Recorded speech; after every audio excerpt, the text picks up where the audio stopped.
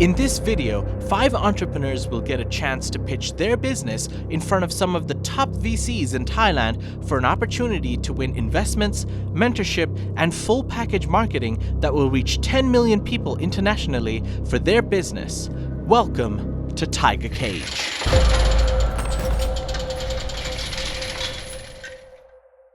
Ladies and gentlemen, please welcome to the stage CEO of DB Ventures and your host for the Thaiger Cage, Mr. Michael Kenner.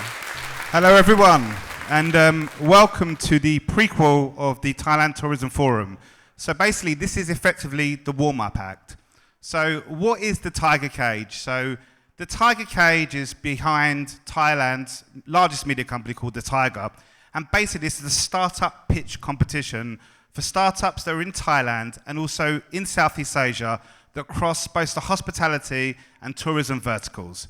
So we've had a little hunt. We found 5 super awesome startups in relatively early stages. They're going to come up here and pitch their ideas to a group of judges who are also professional investors and also to the larger community, you guys who probably be very interested in some of the startups to use and consume on a day-to-day basis. So we're just going to set some housekeeping rules in terms of how the event's going to run. So each startup will effectively get 5 minutes only to pitch. So it's a 5-minute hard cap, and there'll be a timer on the screen, and we'll have to cut them off for 5 minutes. The judges, there's 3 of them. Each judge will give a score of 1 to 5, and effectively 5 being the best, 1 being the worst, and we'll take an aggregate score of what the judges' total count is to work out who the winner of the competition is. If any of the investors are conflicted because they've already invested in one of the companies, we'll take the other 2 judges' scores, if that happens. So before we start, I just want to invite the 3 judges up. So please welcome Kumbat from Expedite Capital Partners, Kumparada from Ozone Ventures, and Kuntanachat from Cyber Agent Capital. Please welcome judges, grab a seat. Okay, so before we get started, I mean, I've been here pitching before, not on this stage, but basically on Zoom in a lifetime. So this is really, really difficult for young entrepreneurs to do. So please give them respect and quiet that they need to come up and pitch. So let's welcome our first startup. So we're going to welcome Benjamin from Worklounge. Welcome, Benjamin. Good luck. Your 5 minutes starts from the moment you start speaking. Okay. Ladies and gentlemen, have you ever found yourself in a situation where you needed to host a high-stake business meeting, but you just couldn't find the right space to do it? I know that when I first moved to Southeast Asia and was building my own hotel chain, I needed to host daily meetings with property owners, investors, partners, and I needed a quiet and comfortable space to do it. But all I could find was loud coffee shops and crowded co-working spaces. This is why we decided to create Worklounge, to help solve the common problem faced by the modern executive when it comes to remote working. The lack of predictability, consistency, and the ability to plan their day around a known network of spaces. We've also identified a huge gap in the luxury office industry, and this is why we created a high-end workspace distribution platform. Worklounge now gives those professionals access to a network of 37 executive lounges as a predictable and consistent workspace solution. By having stayed true to the high-end and exclusive nature of our brand and partnering exclusively with luxury properties, we've also created the perfect loyalty program benefit for companies like credit cards, airlines, insurances, banks, and some of our most notable corporate partners to date include CIMB Bank, Kroonsgri Credit Cards, Central Mall Credit Cards, AirAsia, and a lot more in our pipeline. To give you an idea of our revenue potential, with just 4,600 monthly members, we would generate over $1 million in MRR, with a 45% profit margin, paying the rest to our hotel partners. Worklounge currently sits at the crossroad of 3 major multi-billion-dollar industries: the business travel industry, flexible office industry, and loyalty program industry that are all going through massive growth phases. And Worklounge is best positioned to capitalize on those growth and be the connector between them. In terms of technology, we already have an application that allows our members to download their digital membership card in the form of a QR code. When they arrive to the hotel property, they simply present their membership card, get scanned by the hotel staff, and are then escorted directly into these executive lounges. We've also recently identified a regional partner who has been working on developing a platform that would help the hotel properties manage these outlets and generate additional revenue. We're looking forward to add Worklounge and utilize this platform to not only add value to our hotel partners, but also improve the user journey from our members. In regards to the team, I myself have split my career between high-end hospitality and business development, and before the COVID pandemic was building my own hotel chain, targeting wellness travelers and remote workers. During that time, I developed a deep understanding of what this customer is looking for and the value it can add to the hotel properties. My co-founder, Chris, was an early employee at WeWork as the Director of Enterprise Sales for 6 years. We're excited to have him on board leading the way with our business development efforts and duplicating a lot of the same go-to-market strategies that proved so successful in the WeWork expansion. As hotels are looking for new and innovative ways to recover from the COVID pandemic, Worklounge is the perfect partner for them. With added credibility through our recent corporate partnership deals, we're now having conversations with some of the largest hotel groups in the world to onboard large inventory of spaces. It's free for them to join. We pay on a per visit basis. We pay for 100% of the customer acquisition cost, and we're able to drive traffic to their properties from high earning, daytime customers that are actually able to appreciate the quality of the service they offer. Now, don't worry. Even if you're not an executive, you too can enjoy the Worklounge experience. Thank you.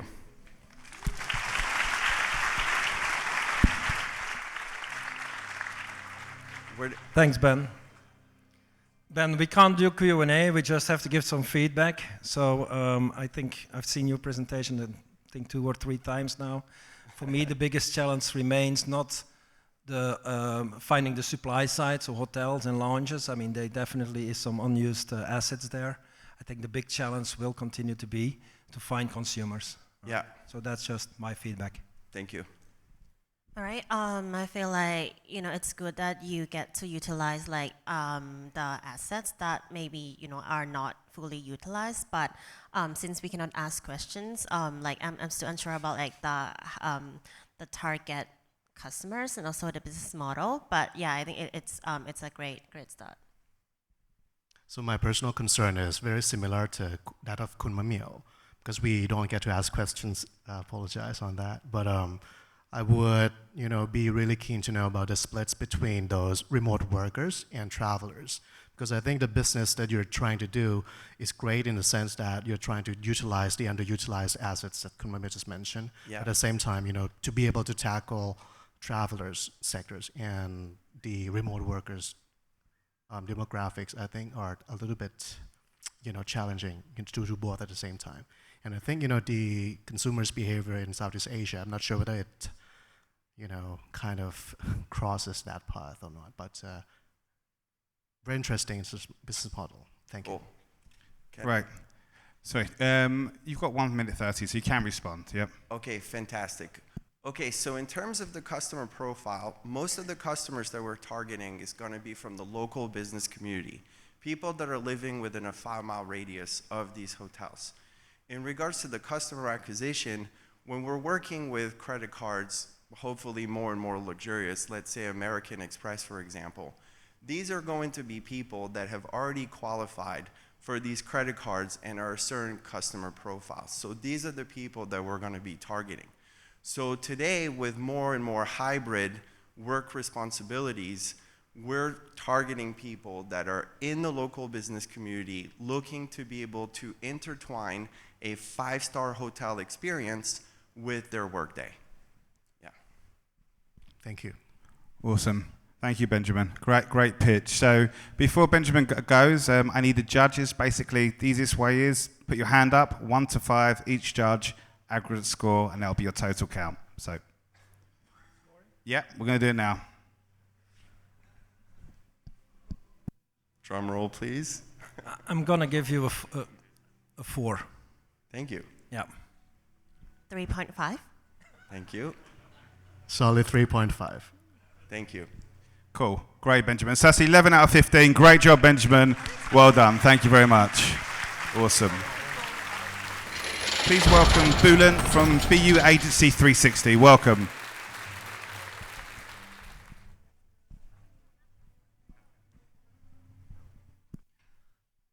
Hello everybody, my name is Bülent. I'm now founder of the i360 City. Have you ever looked for a new place that you wanted to visit for the first time, that you knew nothing about? And how about the places that you wanted to book or visit within that city?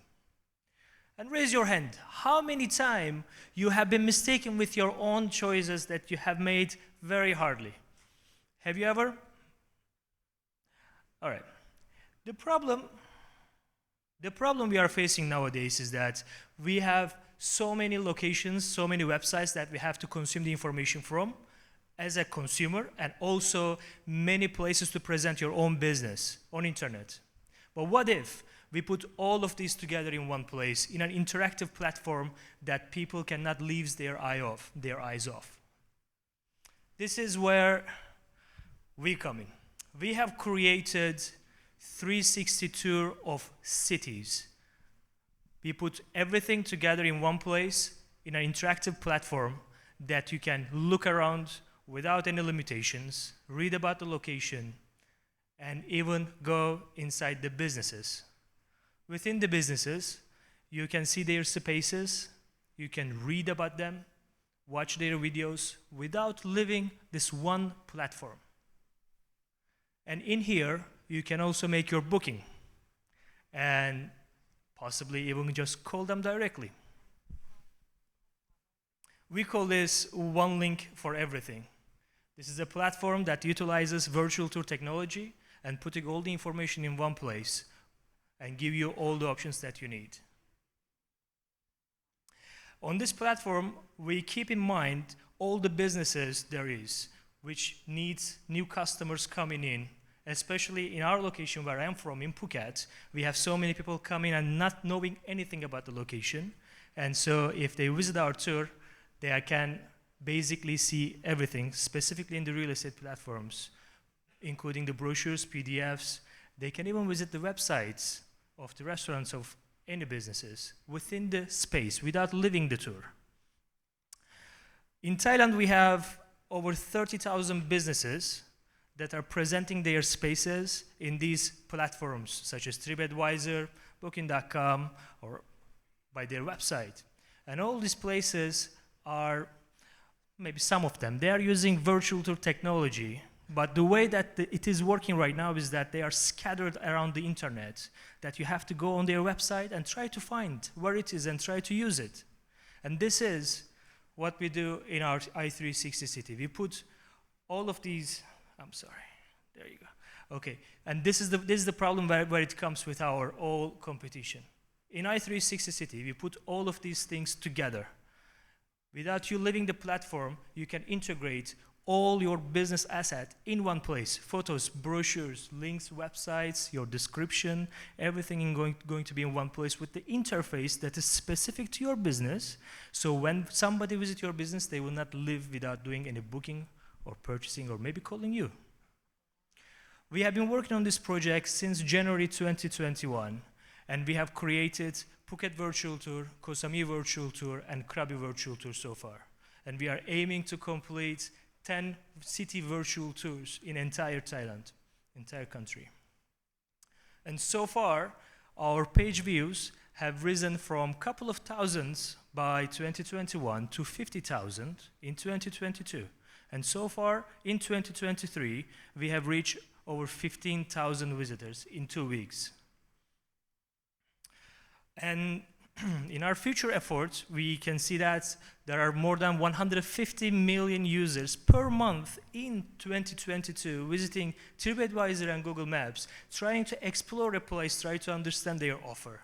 Hopefully, with our future collaboration effort with different platforms and local authorities, we will be able to tap on this traffic and grow our market bigger. Our team is only with 3 people. Me, myself in Phuket, and doing most of the shooting, and my other 2 buddies, they are located in my home country, Turkey, and they're helping me greatly. In our business model, we are having 3 channels of revenue. First is going to be the listing fee, then we are having our annual fees, and then the sky billboards. There you go. Sorry, a little bit late, I'm sorry. We're going to have to cut you off there, but great presentation. Thank you very much. I'll pass over to the judges now to give their feedback and score. Thank you, Bulent. As you know, I have a little bit of expertise in travel and travel technology. This is not new, all right? 2014, a company called Travel by Drone. Within 5 months, 1 million users. How are you creating the content? That's a question, feedback. They did it through user content generated. Secondly, and that's a big challenge, all right? Secondly, how do you make money? Okay, we saw a slide, but 15,000 to 300,000 baht, what is it per square meter or something I saw? That's the setup, the creation of, yeah? And then thirdly,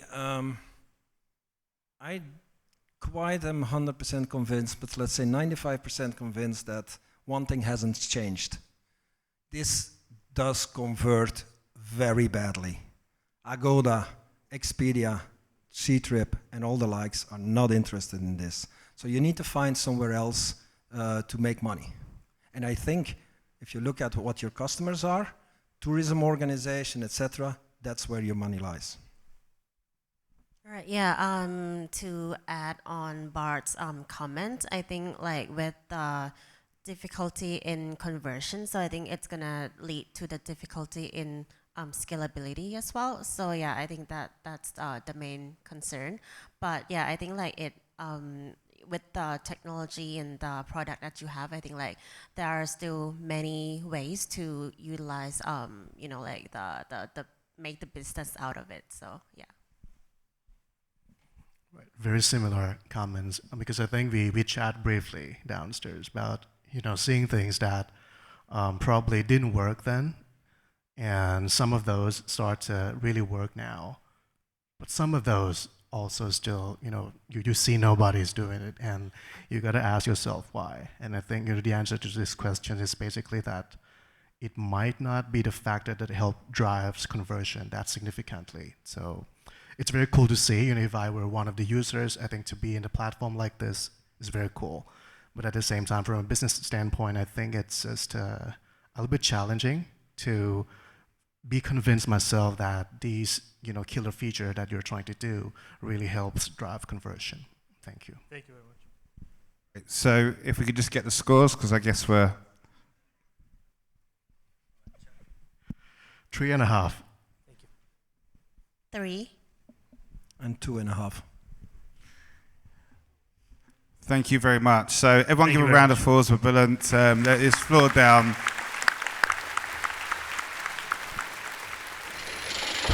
So to roll on to our next startup, please welcome Fiona from SAIJAI. Welcome, Fiona.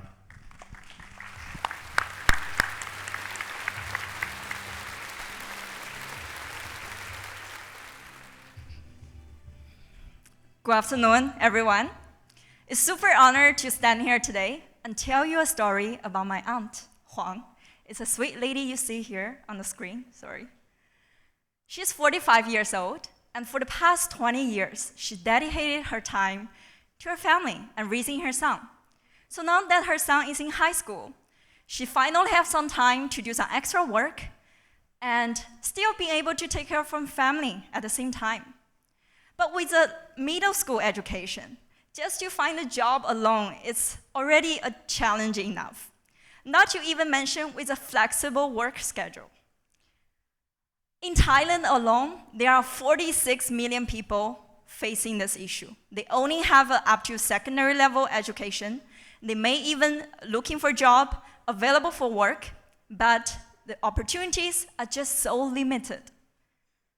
On the other hand, hotels are looking for people to work. The good news is tourism is back, but we don't have enough workers to work to serve our guests. So there are 68% of hotels are still lacking of staff, especially during peak seasons, like New Year's, and for remote areas like Phuket and Samui. So there is a clear gap between people who is looking for a job and for hotels who is looking to hire extra hands during the peak hours. There must be a way to fill this gap. And SAIJAI is filling this gap. We are a marketplace that connects gig workers with flexible job opportunities. We are more than just a middleman. What we do, our mission is to empower the flexible workforce. How do we do that? We offer upskilling and trainings to our service partners. They are gig workers on our platform, to people like my aunt, and make sure who don't have that qualification and give opportunities through them to make them be able to work. And we are not charging a very expensive training fee. So all they need is just to subscribe to a very affordable monthly subscription fee. And for hotels, the more service partners we have, the more we are offering to our hotels, the more choices they have in terms of gig workers. So by recruiting casual workers, hotels can save up to 70% because it can cost starts from 200,000 per year as a full-time employee, or down to 60,000 per year if you hire casual workers, depending on the frequency of your hire. So casual workers does not require full-time long-term commitment from hotels. To date, we have onboarded 2,000 service partners, and with 15,000 service hours serviced. So we have gathered great feedback over the past year, and 60% of our customers are repeat customers. How do we charge? We charge a freemium model for our service partners. So they pay as low as 100 baht per month, and they can access to training programs and flexible job opportunities. For customers, there's no fixed cost, and we only charge a transactional fee. By 2028, in the next 5 years, we're aiming to onboard 2 million service partners. And by being able to do that, we are establishing a systematic program to onboard and train our service partners. By that, we are raising 20 million in seed round. And for hoteliers, if you are looking for casual workers, and if you are looking to earn some extra money, please feel free to scan the QR code and talk to us. Together, let's build a sustainable future for both the service partners and for the hospitality industry. Thank you. Thanks, Fiona. That was really good. Cool. So over to the judges for their feedback. Well, it's good to see that you have lasered down your focus, based on the conversation we had last time. I think you're more focused right now on the platform side, and I think even though the scale that you're at the moment, it's not super impressive yet. But at the same time, I think a lot of fundamental metrics look convincing to me. So I would love to hear more about SAIJAI in the future. Whether what are your secret sauces of that 60% repeated customers, and I think the future is trending upwards for the platform, but I would pass along for other judges for other feedbacks. All right. Yeah, I think it's great that you choose to focus on the specific industries because it's extremely challenging for like based on my experience working with these kind of platforms. Like the more fragmented it is, the more difficult for you to like maintain and like remain the both supplies and demand sides. So yeah, that's a great angle. But yeah, like still curious about like how would you like keep like maintain the suppliers on the platform, because like from my experience it's like really easy for these guys to like drop out of the platforms and do something else. I do agree with you, Mamio. I think the really advice I would like to give you, Fiona, I mean, we've talked 2, 3, 4 times about this. I think now really it became very clear to me. I think you need to consider the supply side, so the workers. I mean, that you are now in a niche, hospitality and target. I mean, this industry has a big problem in labor at the moment, huge, worldwide, right? But rather than having a technology platform and allowing everybody to just come on board, why don't you become a real hospitality outsourcing company, like an IT outsourcing company, right? So you need to bring the staff on board in your own company, do the payroll, everything, you pay them, you pay the salaries, and you make some money. And you have, because of the scale, you can then divide it. I think that's where the key is. Otherwise, it's going to be very challenging. Supply with no, be loyal. I mean, there have been a couple of in the past as well. That's one. And secondly, if you look at your revenues, 10 million users, $2 million. That was what I said. I think with that model, you're going to make so much more money than $2 million. And you don't need 10 million users. Thank you. So can we get some scores for the judges, please? For me, you get a 3.5 because of the reason what I told you. 3.5? 4. Thank you. Thank you. So Fiona from SAIJAI, 11 out of 15. Thank you very much, Fiona. That was awesome. Well done. So pushing on, we're going to invite Simon from Huneety up to the stage to talk about his startup. Welcome, Simon.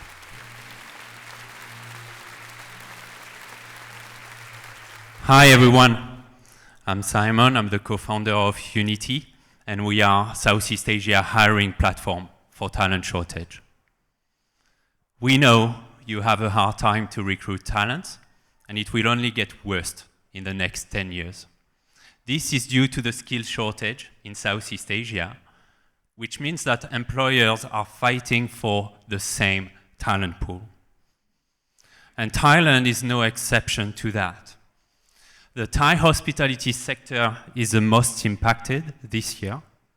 And if you are an employer in the Thai hospitality sector today, the question is, how can I get a capable workforce to join my organization as fast as possible to meet the business demand?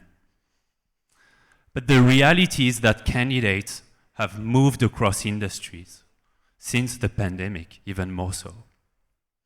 Skills, not industry experience, not academic background, is now driving this talent mobility. And again, if I'm an employer in the hospitality sector today, I'm tapping at the bottom of the pool, which is very dry.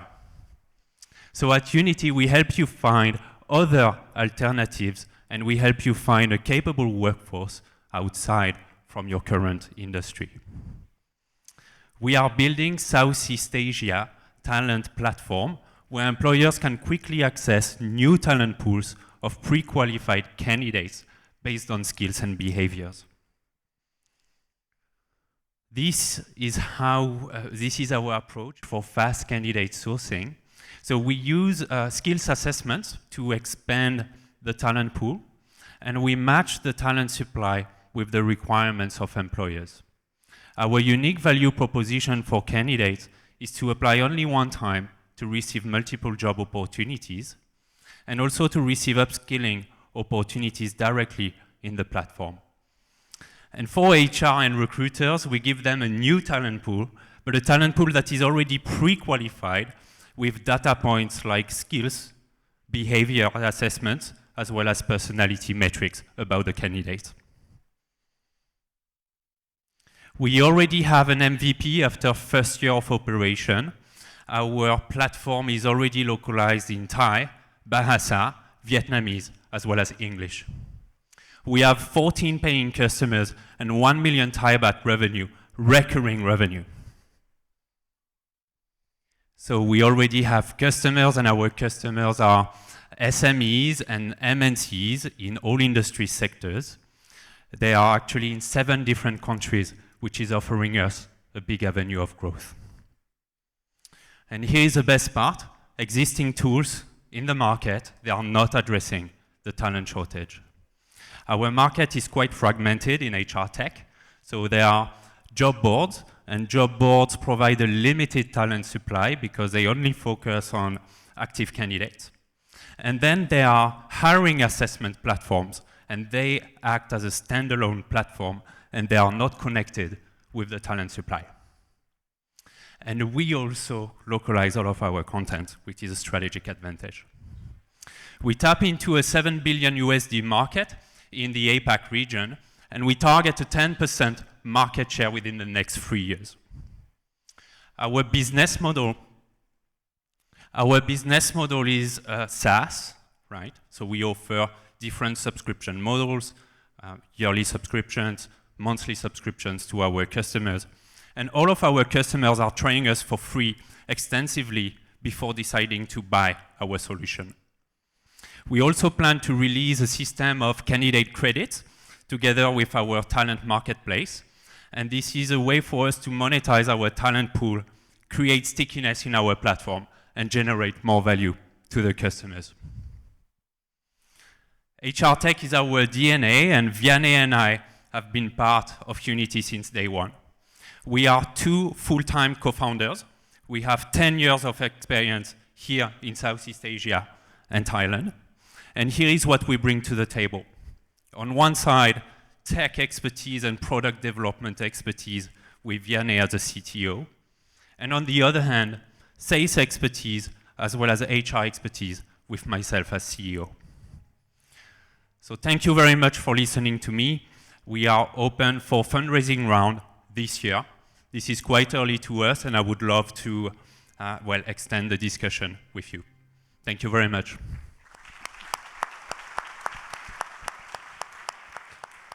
Well done, Simon. Over to the judges for their feedback, starting in any order. Well, first of all, I love the market itself. Job industry is one of the biggest and most appealing sectors, that we could probably come across during this day and age. And I think we are having one of the biggest resets in probably 20 years in this particular industry. But at the same time, I think, the main theme of your pitch has been focusing pretty much on the speed of hiring per se. And at the same time, even though it's a good thing, but at the same time, I think what drives your partner customers to come back on the platform and stay and keep using the platform like this is actually the quality of the workforce. And so far, I haven't felt as convinced because I don't think I get to see your secret sauces in terms of how do you put up a lot of high quality labor forces on your platform yet, but would love to hear more about it. Yeah, so I would say this is not like completely new to me because like every year I would get like multiple, like these similar platforms that claim that they have the better new ways to vet the talents, and this is the one that is more superior than the existing solutions. And I think this is not like we are not able to prove it on day one because at the end this thing takes time to deliver the results. As Chad mentioned, that it really depends on the quality of the talents that you are able to bring to the customers. And I feel like everybody in the industries, like the corporates, like they use multiple platforms, like they use the platforms, they use the headhunters, and then in the end, the ones that don't deliver the results, it's gonna drop out. They're not gonna renew the contracts. So yeah, I think it's up to you to like prove like how are you able to stand, you know, like above all the existing solutions. Yeah, that still remains a mystery to me. Thank you. I think we're all saying the same, because the key is find the right people. And skill-wise, you know, these are checkboxes. Skills is a very hard-coded thing. Do you have X numbers of years experience, blah, blah, blah. Behavior and attitude is a very different story, all right? And I would advise you really to focus your entire pitch and also your product on how do you really are differentiating yourselves in that area. I referred to a company I saw 4 years ago, 5 years ago, that basically assessed people how they were playing and then said, are they risk takers, are they sales, commercial, whatever. This is something that triggers us because it's different. Thank you. Awesome. So before we go, can we get a score for Simon from Huneety, please? Okay, I'll give it a 2.5. I'll give you 3. 3. Thank you. Thanks very much, Simon from Huneety. Great presentation. Well done. So on to the last startup of this competition. Please welcome Louis from Yindii. Welcome, Louis.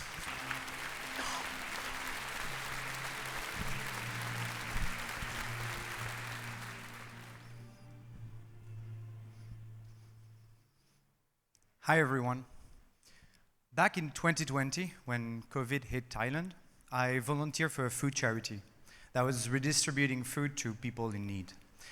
And this woke me up to a massive problem we have in our society: food waste. Every year, 1 billion tons of food is thrown away. That's 40% of everything we produce for human consumption. This is impacting your businesses that can lose money every single day. It's impacting consumers because it drives prices of food higher, and it's damaging our planet. Food waste today contributes to 10% of our greenhouse gas emission. This is unacceptable. So we decided to create Yindii. Yindii is a food surplus application to connect you as a consumer to food retailers, hotel, restaurants, bakery that have unsold food at the end of the day at highly discounted prices for locals. It's a way to generate extra revenue instead of making losses for businesses. It's a way to access quality food at a fraction of the price for locals. And by doing so, we are together fighting against climate change. Hi everyone, I'm Louis, the founder and CEO of Yindii. To achieve this mission, we have a wonderful team. Starting with Mahima, my co-founder and CMO. She has 10 years of experience in loyalty and digital marketing for Eatigo and Lazada. Our CTO, Chin, has 7 years as an engineer for Google and a serial entrepreneur. One thing that drives us is the fact that our consumers love what we do. How does Yindii work? Well, you can download the app today. It's working in Bangkok. You can check amazing deals around you from top brands that you love. You can either pick it up at the shop or get delivered from the comfort of your home. You will receive a surprise box that is made of the unsold inventory of the day. Amazing croissants, cakes, or hotel buffet. Happiness in the box, says one of our customers. And consumers are not the only ones who love us. Businesses, hotels, restaurants love us. Why? We've made saving food easier than throwing away. It helps them generate extra revenue, it drives new customers, and it helps improve their sustainable branding. And don't ask me, ask Centara, who's dividing by half their surplus food every single month. That's something we're extremely proud of achieving. There's $1 trillion worth of unsold food that we throw away every single year. Just for Southeast Asia, food retailers and food services, there's around $24 billion of food that could be saved, that could be sold. And within 5 years, we truly believe that we can achieve $600 million of unsold food sold through our platform. And our business model is very simple. We take a commission out of every box that we save. With this model, we've been able to onboard some of the top food brands in Thailand, from Tops or Gourmet Market to prestigious hotel chains of hotel like Centara, Marriott, or Accor, as well as restaurants and bakery chain like S&P or Texas Chicken. We have more than 300 stores available on the platform, and our current partner have the capability to expand to 9,000 outlets in the upcoming months. How is Yindii doing so far? We have 100,000 people that are downloading our app, and best, 75% of those are coming organically for free through word of mouth and PR due to the cause that we're defending.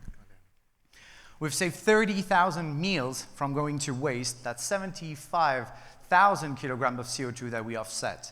We're super proud of this sustainability aspect, but we've also generated $200,000 in sales, which places Yindii as the leading food surplus player in the region, 3 to 5 times bigger than our competitors, even if we started at the same time. So today, we're closing our round of fundraising. We're almost at 80%. So I'm not really looking for fundraising. I'm actually looking for new partners. So if your hotel or if your company is not part of Yindii yet, please come and talk to us after the show. Thank you very much. Well done, Louis. That was pretty good. Over to the judges for their feedback. All right.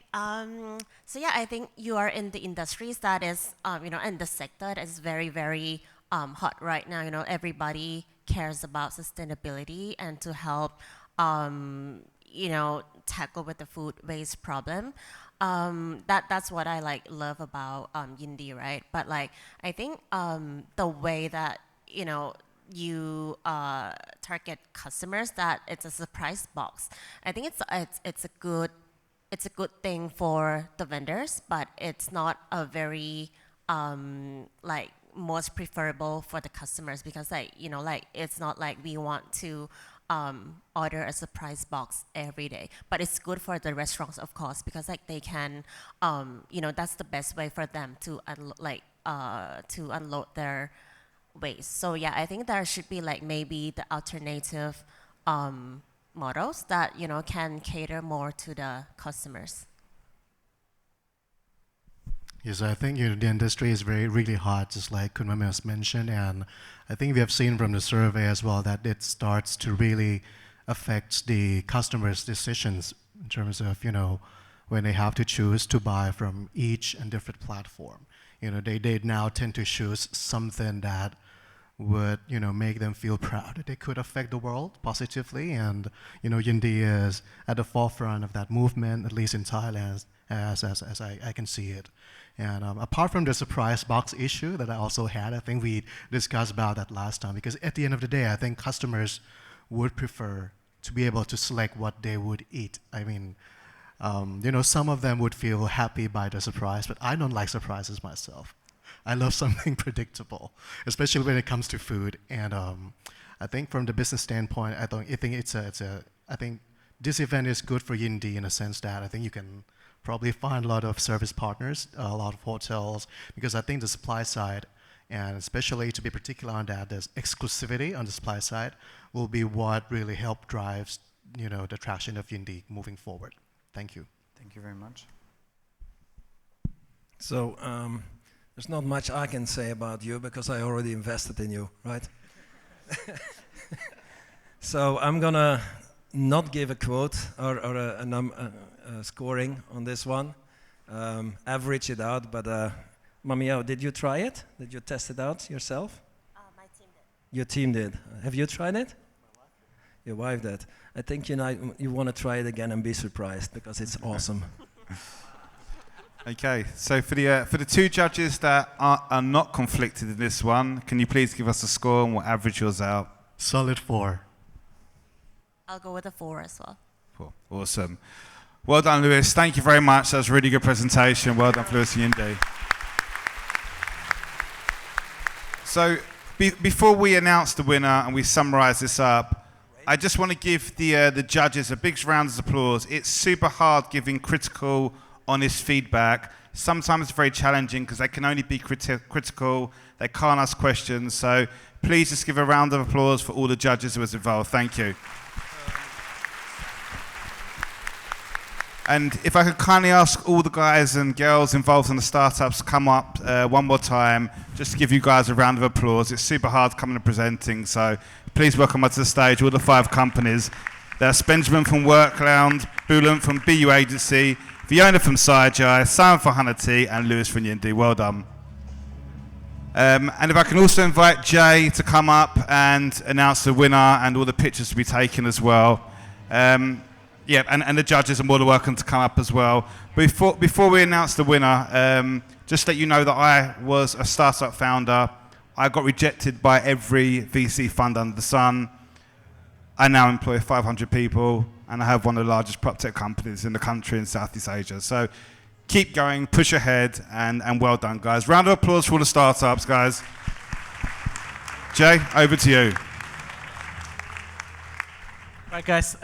Congratulations and thank you once again for coming to Thaiger Cage. Now, the awards that were rewards for winning the Thaiger Cage were investment opportunities in your business from our excellent judges, as well as mentorship and content and media creation and marketing from the Thaiger, which reaches almost 10 million people in Thailand and internationally. So it's now time to announce our winner.